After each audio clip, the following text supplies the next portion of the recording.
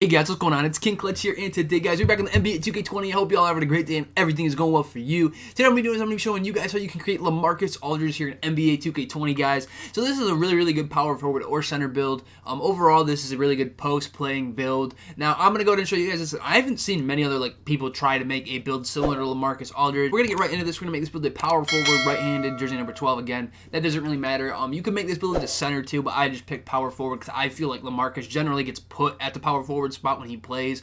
Like, I remember him back in the day when he played for Portland. Like, that was his goated days. He was great. You know, he was playing great. And obviously, he plays for the Spurs and he's doing amazing. But it seems like, I feel like me, just for some reason, I don't know if this is just me, but I always forget, he's on the Spurs, and I always forget that DeMar DeRozan, too. I don't know why. The Spurs are always so consistently decent. They're always decent or great. It's one of the two. They're never bad. So, I don't know what it is. I kind of forget about them. But either way, we're going to make this build a power forward. Do the skill breakdown, guys. What I'm going to do with LaMarcus Aldridge, I'm going to go shooting and playmaking. Now, you're like, the reason I'm doing that is because when I think of LaMarcus Aldridge, I think of a post player. I think of someone that can do moves in the post more than, I guess, dunk over people consistently. He's more of, the flashy, step back things, doing that kind of stuff when it comes to scoring. So I'm going to go shooting and playmaking so we can do better post moves. So we're going to go with that. When it comes to this physical profile, I'm going to go balance. And again, that's just my opinion for my big men builds. Whether it's power forward or center, I usually go with the balance pie chart just because I feel like it is the best overall one for having a center. It just makes the most sense to me. So I'm going to go with that. Now, when it comes to these attributes, I'm going to take this close shot up to an 85. Our driving layup, I'm only going to bring to a 56. This driving dunk, I'm going to max out at a 64. We're going to take this post hook up to a 71, and then this is going to be brought up to a 66, our standing dunk. So that's going to give us 8 finishing badges. I'm going to max out my mid-range, my 3-point, and now my post fade shot. So right now that's giving me 17 shooting badges. I'm going to take this free throw up to, you can take it up to a 58. That's going to give you 18. I'm going to max out this pass accuracy, my post moves. I'm going to take this ball handle. You can max that. If you take it up to a 57, that's going to give you 20 playmaking badges. And then, as you guys can see, we have 100 points left. So what you can do with these, I'm going to put these on interior D, lateral quickness, and then we have 58. So what you can do, you can throw these on defensive rebound and offensive rebound if you'd like. You could put them on block. What I did is you can upgrade your free throw a little bit more if you'd like to try to get that night there at a 68. With these last 41, it didn't matter if I used all those previous ones on this defensive. I'm not going to get an extra defensive badge. Now, I know some people may not like this, not having a defensive center, but in my opinion, this build, it's a good 3 build on the park. I mean, the thing is, you maybe get bodied by some other centers by not having as good defensive stats, but my thing, this build in general would be a very good power forward rec build to use because it spaces the floor so much. If you have a power forward that can shoot and is generally quicker than other people if they're running a dual center for rec or pro-am, is great. So I'm just going to put these on defensive rebound and offensive rebound. Really, you can put them wherever you'd like. I guess we'll just do offensive, and you can put them on block, really. It doesn't matter what you do with these. But we're going to leave it like that. Now, for the body shape, again, this doesn't have too much of a deal on your player. I feel like LaMarcus Aldridge, I'm just going to go defined. You could go ahead and really pick any of these, whatever you prefer for your players, but I'm just going to go with defined. Now, LaMarcus is 6'11", so I am going to make this power forward 6'11". When I checked it up online, LaMarcus is listed as 250. I'm not going to go 250. I'm still going to go positive. I'm probably just going to leave it at 244, just so we don't take more hits.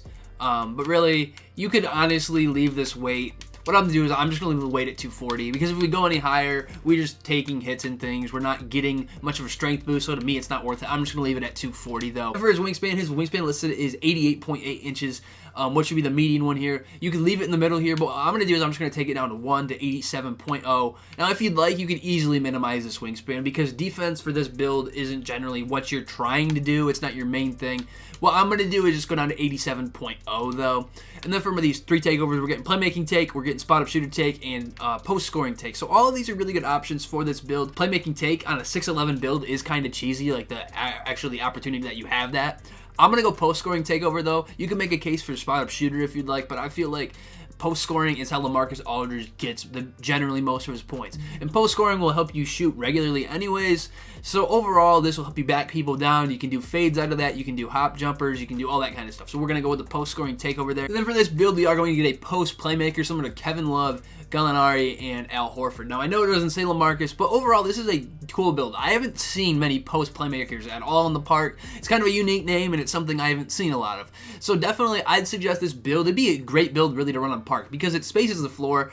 Obviously, being a post playmaker, you would imagine most people are going to be shooting post phase with this build, but you can hit good shots with this build. You can hit a decent amount of shots because your shooting stats are high and you're tall. So I mean, it's going to have harder for like guards and things to be able to contest you. So I'm going to go with this, and then I'll go ahead and show you guys the badges I would put on this build. We'll bump this up to a 99 overall. And now for this one defensive badge, I'm just going to put this on Intimidator.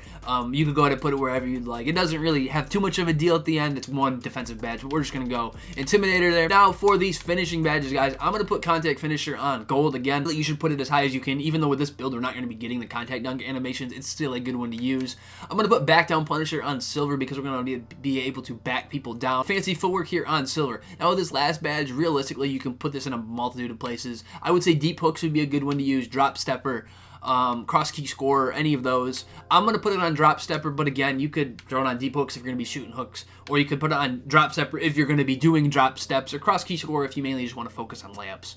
But again, there's many things you could do with that. I'm just going to leave it there on bronze drop stepper.